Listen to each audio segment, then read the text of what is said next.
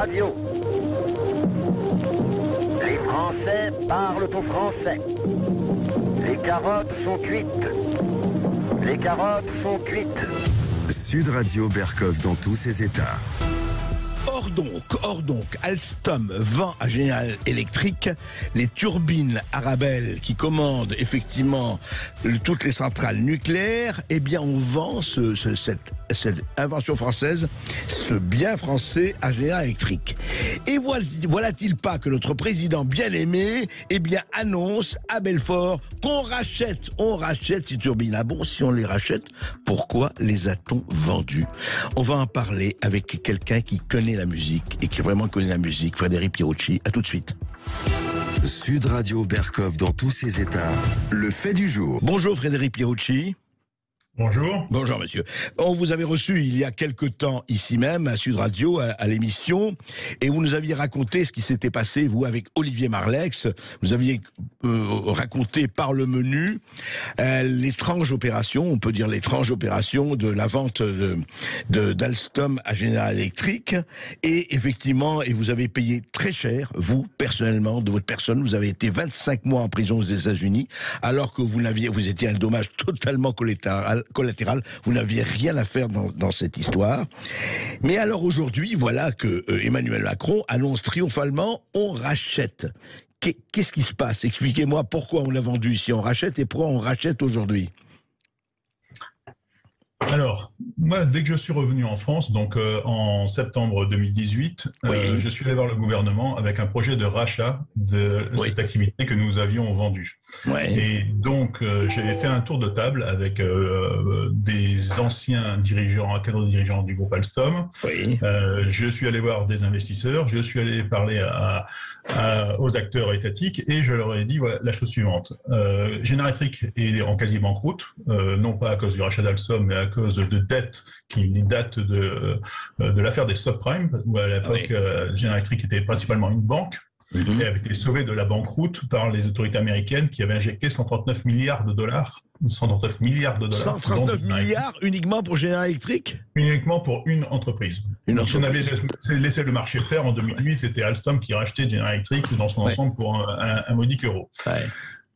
Donc, mais General Electric était devant un mur de dette qui arrivait à échéance en 2020. Donc, il y avait une opportunité stratégique de racheter cette partie que nous avions vendue. Et donc, je suis allé voir dès février 2019 Bercy avec cette proposition de rachat.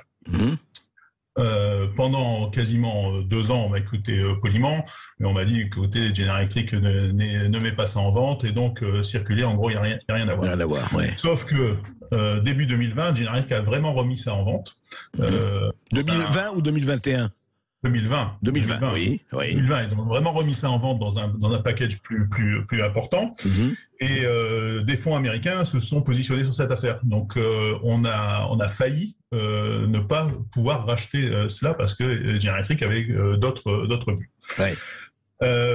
Mais l'État français détenant une action préférentielle dans la société GEAS, donc la société qui fabrique les turbines, General Electric ne peut pas vendre à n'importe qui. Donc nous étions en position force pour acheter cela.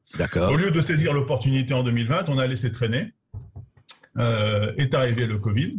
Et là, tout le monde, d'un seul coup, a trouvé que c'était une idée géniale de racheter cette partie-là. Et donc, mon dossier est passé de Bercy à l'Élysée. On m'a fait comprendre que Bercy n'était plus en charge, que c'était directement l'Élysée.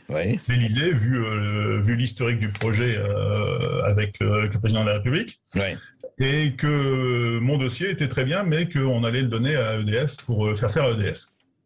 Et donc, EDF, le gouvernement, à l'été 2021, a annoncé publiquement que EDF allait racheter cette partie-là, ce qui a bien évidemment fait monter les prix, lorsque le gouvernement annonce officiellement qu'on va racheter quelque chose. Côté de General Electric, ils ont commencé à faire monter les prix. Ensuite, on a dit qu'on allait relancer le programme nucléaire, donc ils ont encore fait monter les prix. Ensuite, on a dit qu'on allait aller à Belfort avec le président de la République pour annoncer le rachat, donc on a encore fait monter les prix. On a fait tout un peu à l'envers, en fait, dans cette opération. Résultat, on rachète cette activité, ce qui est quand même très très bien. Donc, oui, sur le fond, on est d'accord, bien sûr. Sur le fond, mais c'est pas parce que le pompier est un incendie qu'il faut oublier qu'il a été pyromane. Et donc, c'est quand même important de replacer ça dans un vrai contexte. Justement, Frédéric Pierucci, moi j'ai deux questions. Primo, est-ce que vous savez, on l'a vendu combien et on va le racheter combien? Alors, nous l'avons vendu 588 millions d'euros et on va le racheter à peu près 1,2 milliard de dollars. Donc, mais nous sommes des hommes d'affaires remarquables. Nous sommes les Mozart de la finance, là. On est les Mozart de la finance, surtout qu'on a fait les choses à l'envers. À partir du moment où on dit qu'on rachète, bien évidemment, le prix augmente. Donc, General Electric fait une superbe opération. En à peu près 5 ans, il double la valeur de cette activité. Oui. Et dites-moi, seconde question aussi, où était, parce que je vais vous faire entendre un petit sonore qu'il y a eu justement à Belfort par un salarié de General Electric qui était déjà chez Alstom à l'époque. Écoutez. Le rachat à l'époque de la partie énergie d'Alstom par GE a été fait un peu sous des méthodes un petit peu particulières, certaines pressions. Quel process à la France aujourd'hui pour éviter que cela ne se reproduise et qu'on arrive à de tels carnages sur d'autres secteurs stratégiques? C'est une entreprise, c'était pas l'État qui était à la tête d'Alstom.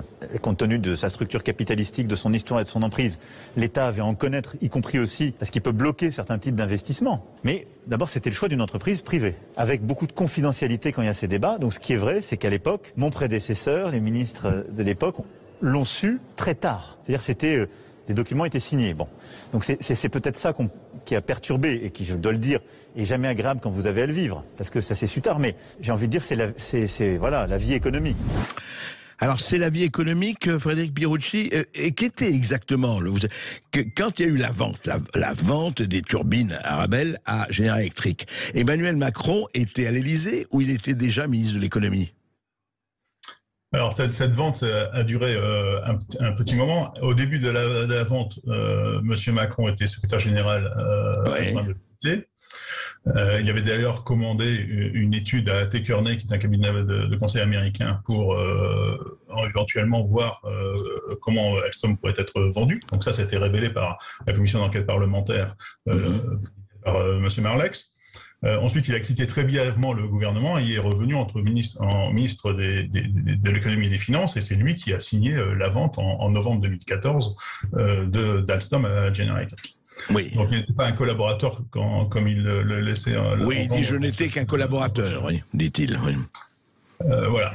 Alors, ce qui est important de voir dans ce rachat, c'est que EDF n'est pas un industriel. Donc là, c'est un peu comme si on demandait à Air France d'acheter Airbus. Ouais, c'est pas le métier d'Air France de fabriquer des avions, c'est pas le métier d'EDF de fabriquer des turbines. Donc moi, le projet que j'avais envisagé était un projet avant tout industriel. Industriel, oui. Bien évidemment. Et une des difficultés du dossier, c'est que le deuxième client de cette activité nucléaire d'Alstom est le russe Rosatom, qui achète d'ailleurs plus de turbines neuves qu'EDF à cette entité. Et comme EDF et Rosatom sont concurrents sur les marchés internationaux, ce n'était pas très judicieux d'avoir EDF en actionnaire majoritaire pour acheter cette entreprise. Parce que bien évidemment, la réaction russe risque d'être peut-être difficile. Et donc, perdre le marché des turbines vendues aux Russes serait une catastrophe pour Belfort. Donc c'est pour ça que dans le tour d'étape que nous avions envisagé, EDF n'était pas majoritaire. Je comprends. Alors, on a mis là EDF est majoritaire, mais il parle d'entreprise privée, Emmanuel Macron, le président. C'est privé, mais c'est quand même sous les auspices de l'État. On ne peut rien faire sans l'État. La preuve, c'est que c'est lui qui a signé la vente. Alors, entreprise privée ou semi-privée ou pas privée du tout? Je ne comprends pas très bien ça.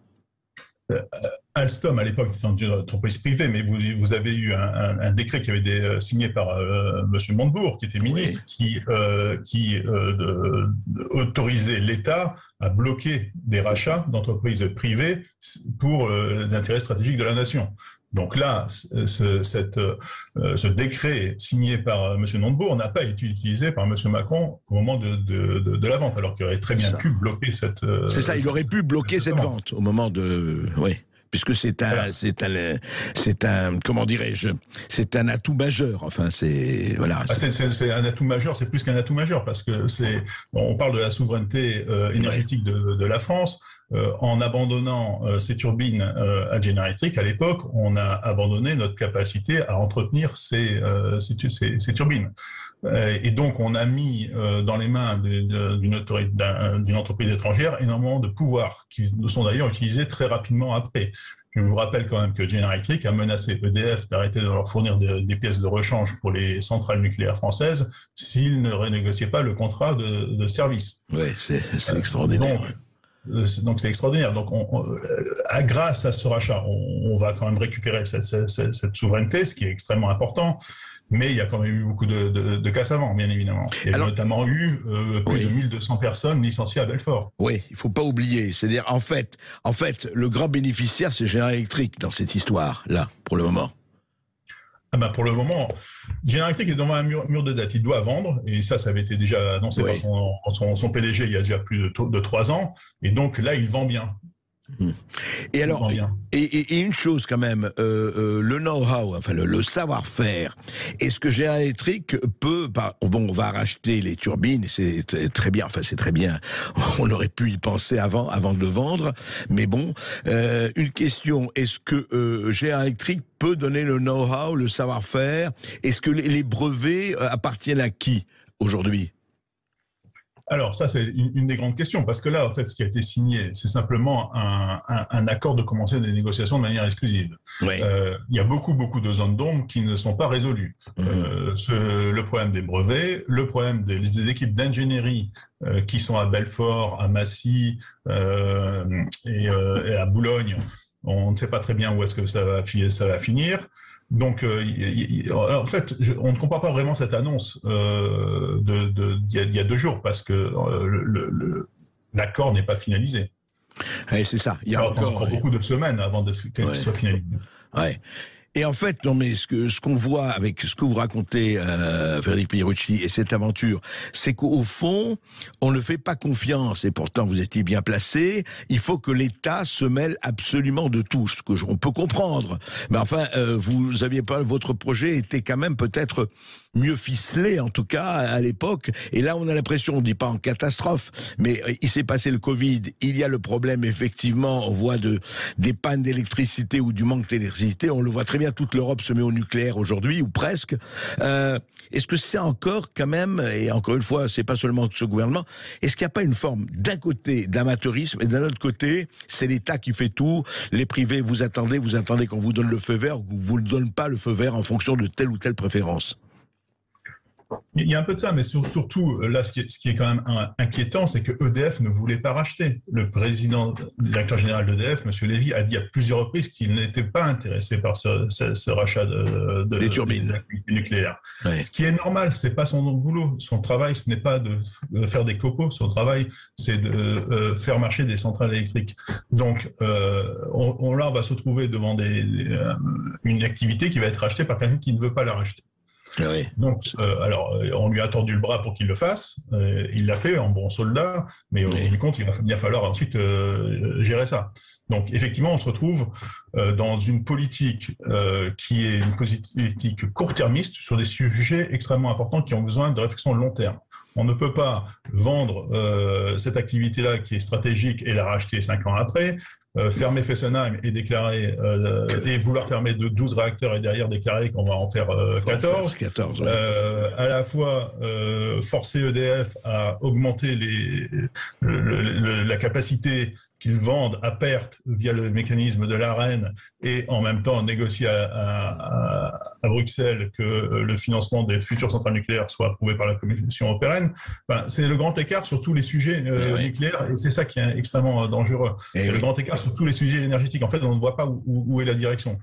Oui, et merci Frédéric Pierucci parce que c'est vraiment ça, c'est 2 pas à gauche, 3 pas à droite, on retourne sa veste et on recommence. On aimerait bien que le « en même temps » trouve enfin une vraie voie et un vrai cap Ça nous ferait du bien à tous. Merci beaucoup Frédéric Pierucci, et je rappelle que vous avez publié cette BD pour aller plus loin, Les dessous de l'affaire Alstom, le piège américain, aux éditions Delcourt. Et pour ceux qui ont envie d'aller encore plus loin, le 13 octobre dernier, nous avions fait une émission avec vous et Olivier Marleix.